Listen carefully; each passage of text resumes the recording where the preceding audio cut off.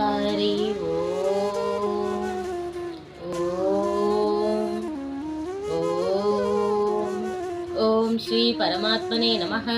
अतः द्वितीयोऽध्यायः सांख्ययोगः।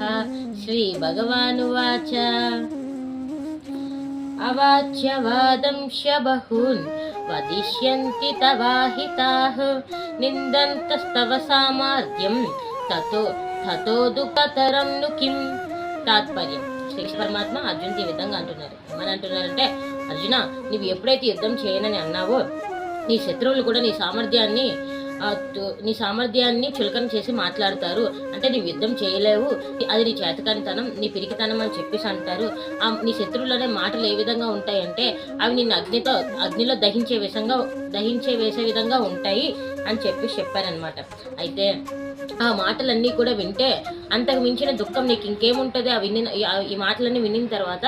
కావున ఇప్పటి వరకు ఈ యుద్ధం చేయనని ఏ విధంగా అయితే ఉన్నావో ఈ మొండి పట్టుదలను విడిచిపెట్టు.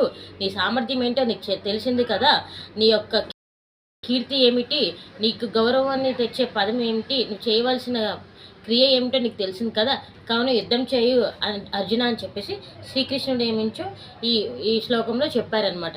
అంటే తన యొక్క స్వధర్మం యుద్ధం చేయడం వల్లే కీర్తి ఖ్యాతి రెండు లభిస్తాయి, గౌరవం కూడా. ఎందుకంటే స్వధర్మాన్ని పాటించాలి కాబట్టి. అంతేగాని యుద్ధం చేయకుండా వెళ్తే తన యొక్క స్వధర్మాలని, తన యొక్క విద్యలను, ఇప్పటిదాకా తన సామర్థ్యాలన్నింటిలో కూడా అందరూ శత్రువులైన వాళ్ళందరూ కూడా కించపరుస్తూ మాట్లాడతారు కదా, దానికన్నా దుఃఖం ఇంకేముంటుంది. కావున యుద్ధం చేయ అర్జున అని చెప్పి చెప్తున్నారు.